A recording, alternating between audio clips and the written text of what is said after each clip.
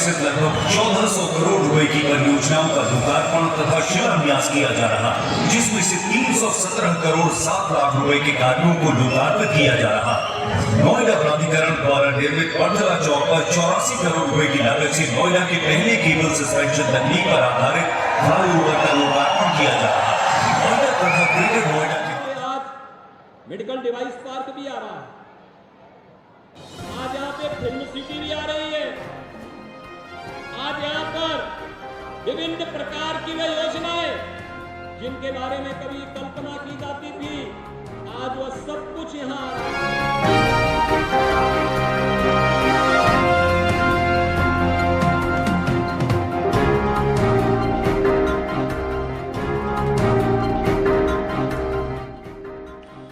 नमस्कार, आप देख रहे हैं इन्फोफोस्ट न्यूज और मैं हूं ओम वर्मा। नजर डालते हैं आज की खबरों पर। उत्तर प्रदेश के मुख्यमंत्री योगी आदित्यनाथ आज नोएडा पहुंचे और पूरे अपने रॉ में दिखाई पड़े। उन्होंने कहा कि जैसे उत्तर प्रदेश के माफिया ठंडे हो गए हैं, वैसे ही अब यहाँ का मौसम भी ठंडा हो गया है। योगी ने कहा कि जनवरी 2024 तक अयोध्या में भगवान श्री राम अपने मंदिर में विराजमान होंगे। नोएडा में उन्होंने नोएडा और ग्रेटर नोएडा विकास प्राधिकरण की 1718.66 करोड़ की परियोजनाओं का उद्घाटन और शिलान्यास भी किया। नोएडा स्टेडियम में आयोजित जनसभा को संबोधित करते हुए लोगों को उत्तर प्रदेश की विकास परियोजनाओं के बारे में बताया। उन्होंने कहा कि यहाँ देखो, हमारे प्रधानमंत्री का अमेरिका में अभूतपूर्व स्वागत हुआ और भारत दुनिया में 5वीं अर्थव्यवस्था के रूप में उभरा है। वहीं पाकिस्तान आज एक एक रोटी के लिए मोहताज हो रहा है। सीएम योगी ने कहा कि आज ही के दिन 48 साल पहले कांग्रेस ने लोकतंत्र का गला घोंट दिया था और लोकतंत्र की हत्या का प्रयास किया था। रामनाथ गोयनका जी ने आवाज मुखर की थी। आज उनके नाम से एक मार्ग का लोकार्पण करने का मौका मिला। सभी लोकतंत्र के सेनानियों को मैं नमन करता हूं। आज़ादी के बाद देश के लोकतंत्र पर जब भी संकट आया तो जयप्रकाश नारायण के नेतृत्व में अटल आडवाणी जी थे और सभी ने एक मंच पर आकर लोकतंत्र को बचाने का काम किया था। लेकिन आज जेपी और लोहिया के नाम पर राजनीति हो रही है। सीएम ने कहा कि केंद्र सरकार के 9 वर्ष पूरा होने पर नोएडा के लोगों को 1718 करोड़ की योजनाओं की सौगात मिल रही है। इसमें नोएडा सेक्टर 123 में 142 करोड़ की लागत से निर्मित सब स्टेशन, ग्रेटर नोएडा को जोड़ने वाला बड़थला चौक के ऊपर केबल स्टेयर्ड फ्लाईओवर, सेक्टर 78 में वेद वन पार्क जैसे विकास कार्य शामिल हैं। केंद्र सरकार की मोदी जी के नेतृत्व में 9 वर्ष की उपलब्धियों को बताने मैं आपके बीच आया हूं। 2024 में एक बार फिर से सरकार आए, आपको 1718 करोड़ की परियोजना देने आया हूं। उन्होंने कहा कि पहले लोग यहाँ नहीं आते थे, सीधा दिल्ली चले जाते थे क्योंकि यहाँ व्यवस्था अच्छी नहीं थी। लेकिन पिछले 6 सालों में स्थिति बदल गई है। आज इन परियोजनाओं का लोकार्पण और ग्रेटर नोएडा में एक रोबोटिक मैन्युफैक्चरिंग का उद्घाटन हो रहा है। एशिया का सबसे बड़ा एयरपोर्ट जेवर में बन रहा है। 6 साल पहले जेवर की क्या स्थिति थी? जिन चीज़ों की पहले सिर्फ कल्पना की थी, वह सब आज यथार्थ हो रहा है। जेवर एयरपोर्ट के लिए जमीन देने वाले किसानों का मैं धन्यवाद करता हूं।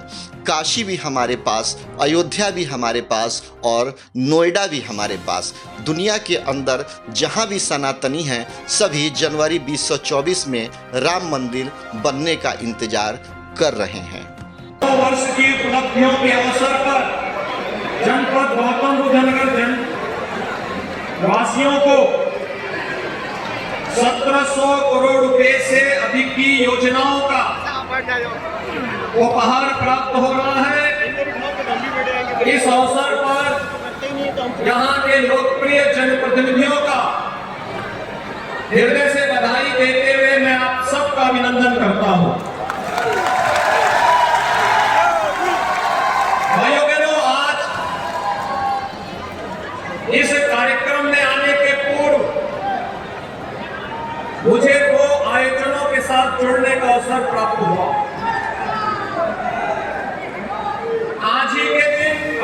40 वर्ष पहले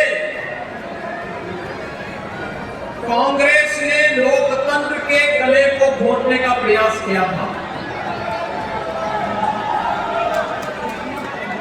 लोकतंत्र की हत्या करने का प्रयास किया था और उस समय जो आवाजें मुखर हुई थी, मीडिया जगत का एक प्रखर नाम था स्वर्गीय रामनाथ गोयनका जी का। इंडियन एक्सप्रेस ग्रुप के संस्थापक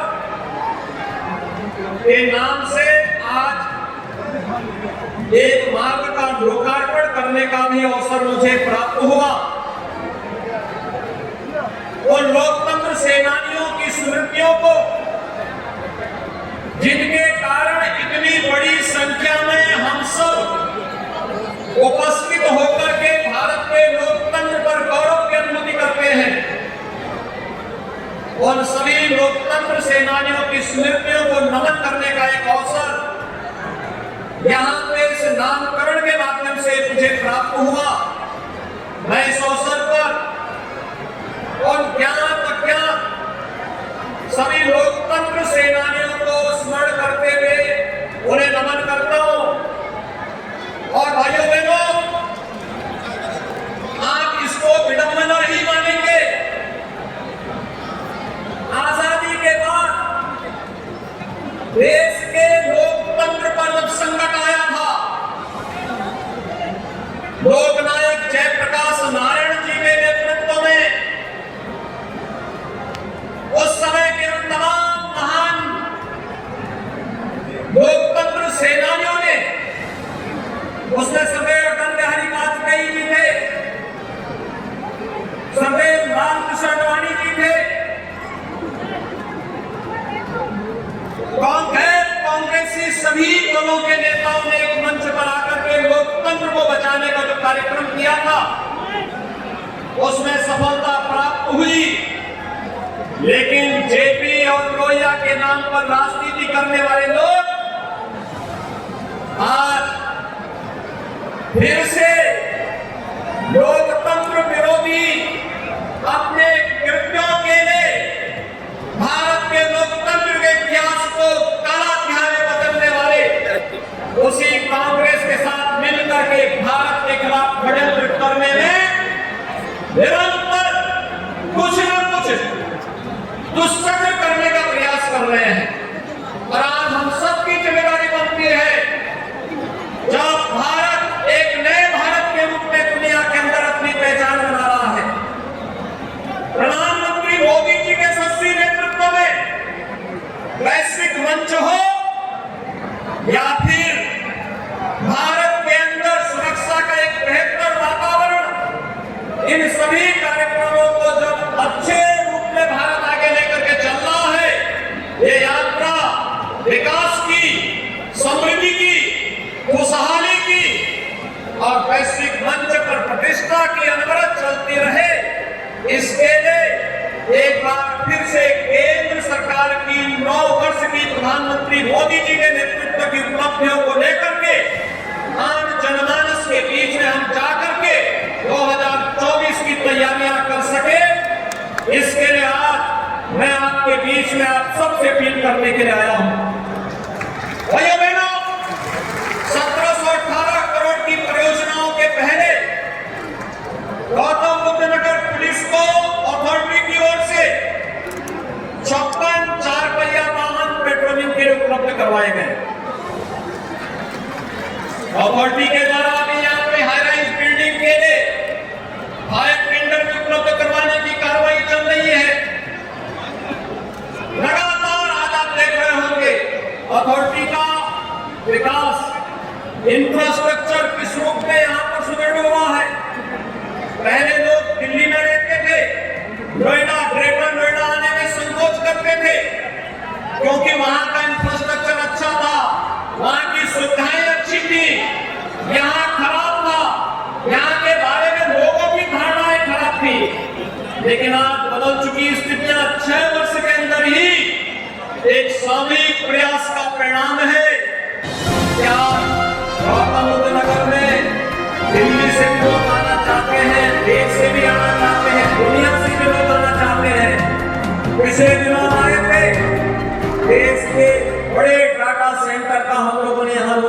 किया था और आज देश के एक बड़े रोबोटिक सेंटर का भी उद्घाटन यहाँ पे इसके बाद कार्यक्रम में होने जा रहा है। ये बदलते हुए उत्तर प्रदेश और गौतम बुद्ध नगर जनपद की तस्वीर हम सबके सामने है। मैंने सत्र के पहले मैं सोच रहा था, मेरे लगातार पिछले कुछ दिनों में कार्यक्रम थे। मैं बलरामपुर जिले में का स्पेशल जिला है, वहां गया। अभी 3 दिन पहले बलरामपुर, अम्बेडकर नगर, बलिया, गोरखपुर इन जनपदों में गया था। बड़ी गर्मी थी,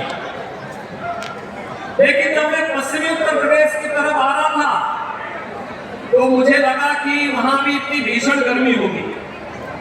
लेकिन आज देखिए मौसम की इतनी बड़ी कृपा, जैसे माफिया उत्तर प्रदेश में ठंडे हो गए वैसे मौसम भी ठंडा हो गया।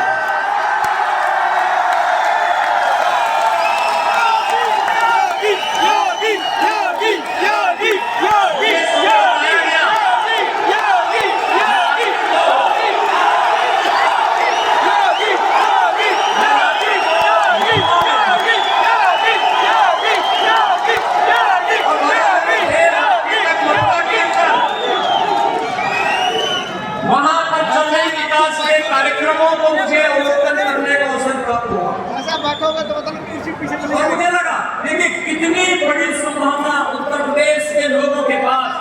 नहीं बैठो, काशी भी हमारे पास, क्या होगा मेरे महाराज। अयोध्या भी हमारे पास और मथुरा वृंदावन भी हमारे पास।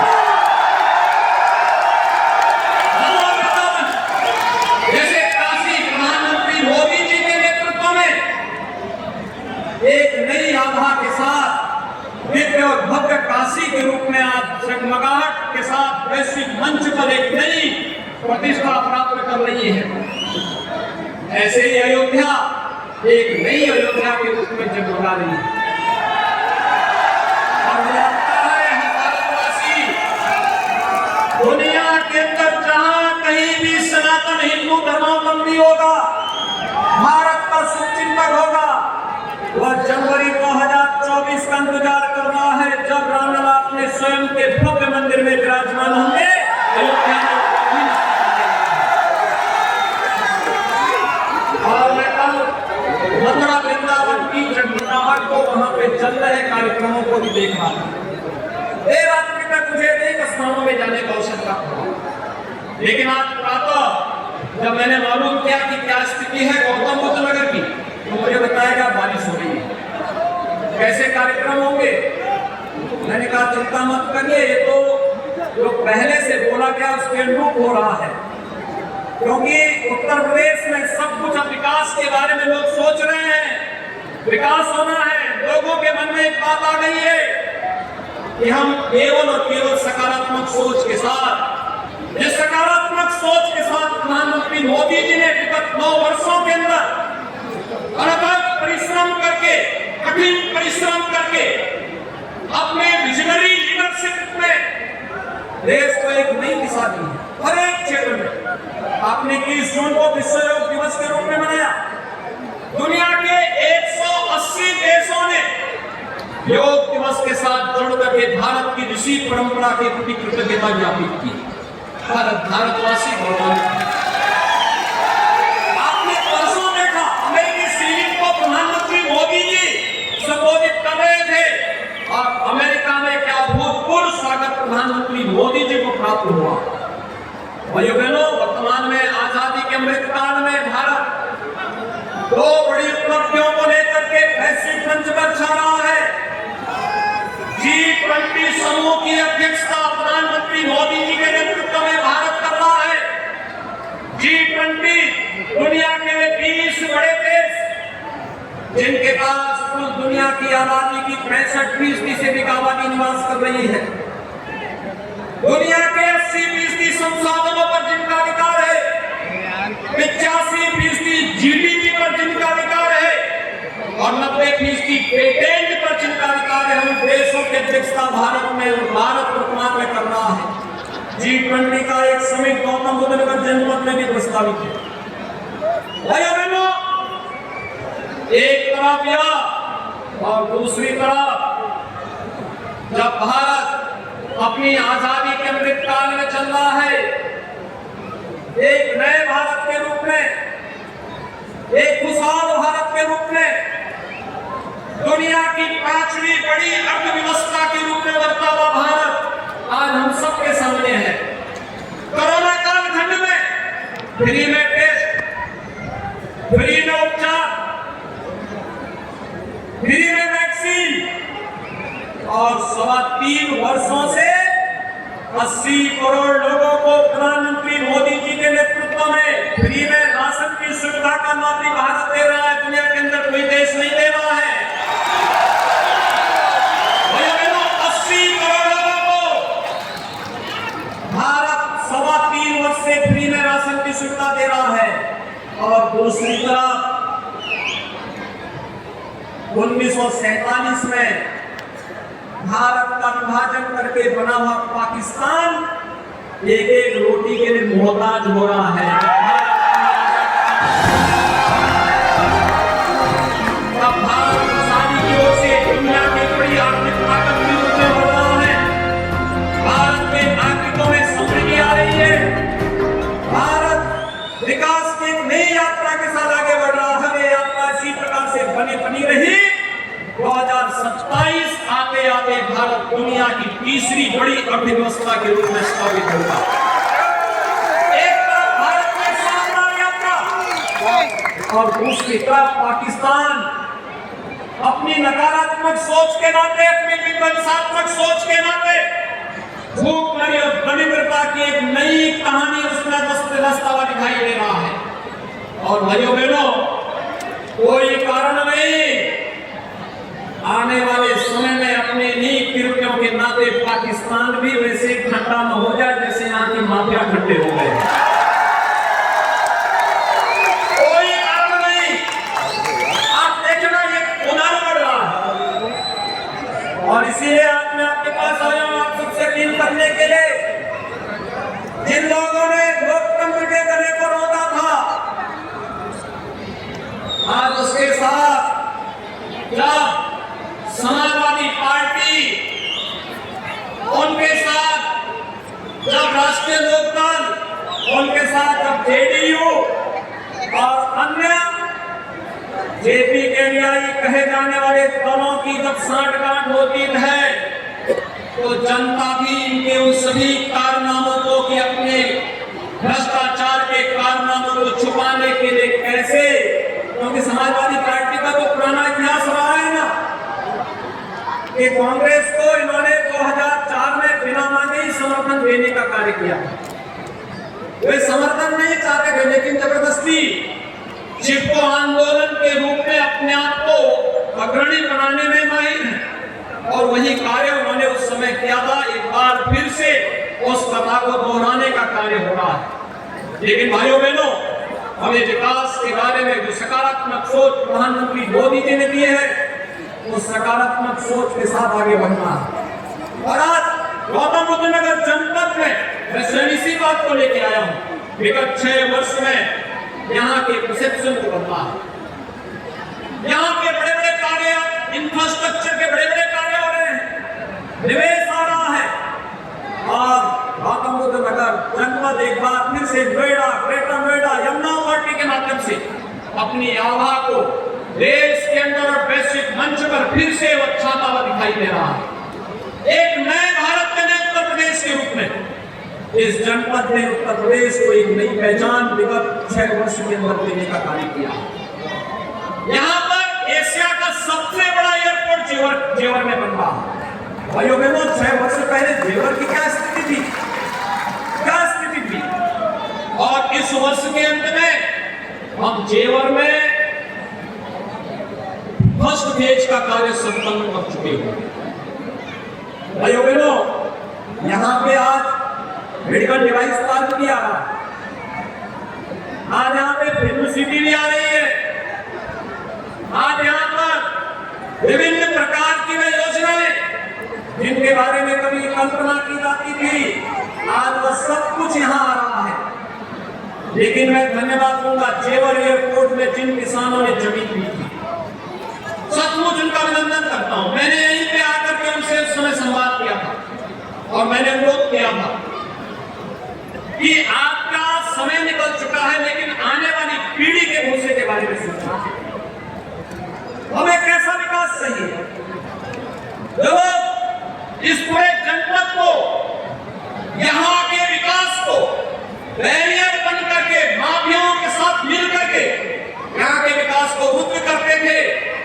हमें उनको आगे बढ़ने के लिए अवसर देना है या यहाँ का विकास करके आने वाली पीढ़ी के भविष्य को उज्जवल करना है। और यहाँ के आने वाले सभी सम्मानित किसानों ने, अन्नदाता किसानों ने कहा था नहीं हमें विकास चाहिए, आने वाली पीढ़ी का भविष्य उज्जवल चाहिए। तो मैंने उनसे अनुरोध किया कि सचमुच आप विकास के पक्षधर हैं, एक काम करना कि जेवर एयरपोर्ट के लिए बनने वाला जो एयरपोर्ट है उसके लिए जो जमीन है, उस जमीन की रजिस्ट्री एक कागज 1 महीने के अंदर आप यहाँ के माननीय जनप्रतिनिधियों के साथ मिलकर के लखनऊ में मुख्यमंत्री आवास में आकर के मुझे दे देंगे तो मैं मान लूंगा कि आप लोग सचमुच एयरपोर्ट बनाने के पक्षधर हैं। और मैंने किया और मैं आज इसीलिए आया हूँ। आज हम यहाँ पे आए हैं, आज यहाँ पे 1718 करोड़ रुपए की इन परियोजनाओं का लोकार्पण शिलान्यास हुआ है। सॉलिड वेस्ट मैनेजमेंट से भी है, सड़क से भी है, ड्रेनेज से भी है, यहाँ की अन्य अवस्थापना सुविधाओं के साथ साथ बुनियादी सुविधाओं से जुड़ी हुई योजनाएं भी हैं। लेकिन साथ साथ इस जनपद के समग्र विकास के लिए अथॉरिटी के द्वारा किए जाने वाले प्रयासों की वह एक झलक भी प्रस्तुत करता है। भाइयों बहनों, मैं यही आश्वासन देने के लिए आया हूं, किसानों की समस्या का समाधान हमारी शीर्ष प्राथमिकता है और सकारात्मक योगदान, संवाद से समस्या का समाधान होगा। संवाद के माध्यम से बड़ी समस्या का समाधान हो सकता है। आखिर हम लोकतांत्रिक समाज में रहते हैं, इसके लिए नकारात्मक ताकतों को बीच में नहीं आने देना है। जो लोग विकास के विरोधी हैं, आपके कंधे पे बंदूक रख करके केवल अव्यवस्था पैदा करना चाहते हैं, विकास को बाधित करना चाहते हैं और आने वाली पीढ़ी के भविष्य के साथ खिलवाड़ करना चाहते हैं, उन लोगों को सफल नहीं होने देना है। हम संवाद के माध्यम से अपनी समस्या का समाधान करें और साथ ही साथ हम लोग यहाँ पे बायर और बिल्डर से जुड़ी हुई समस्या का समाधान करने के लिए भी एक सकारात्मक दिशा में आगे बढ़ने वाले हैं। इस समस्या का भी समाधान होगा क्योंकि यहाँ के विकास के लिए यह आवश्यक है और इन सभी समस्याओं का सकारात्मक रूप से समाधान के किसी निष्कर्ष पर हम पहुंच सके, इसके लिए जनता जनार्दन का योगदान, जनप्रतिनिधियों की सक्रियता और साथ साथ सभी प्रकार के प्रशासनिक अथॉरिटी, शासन से जुड़े हुए अधिकारियों का बेहतर संवाद इस पूरी प्रक्रिया को आगे बढ़ाएगा। और मैं विश्वास के साथ कह सकता हूं, यह आज नए भारत के नए उत्तर प्रदेश में संभव है, यह हमने करके दिखाया है और इसके परिणाम भी बहुत शीघ्र आप सबके सामने आएंगे। आज के इस अवसर पर भाइयों बहनों, 9 वर्ष की प्रधानमंत्री मोदी जी के नेतृत्व की उपलब्धियां बेमिसाल हैं, खुशहाल भारत की एक नई नींव रखने वाले हैं और समृद्ध और खुशहाल भारत की इस नई नींव के लिए हम सबको भी मिलकर के प्रधानमंत्री मोदी जी के नेतृत्व में इस नए भारत के निर्माण के लिए, समृद्ध भारत के निर्माण में अपना योगदान देना होगा। आज के इस अवसर पर एक बार फिर से मैं आप सबको हृदय से इन सभी योजनाओं की बधाई देते हुए, सभी माननीय जनप्रतिनिधियों को बधाई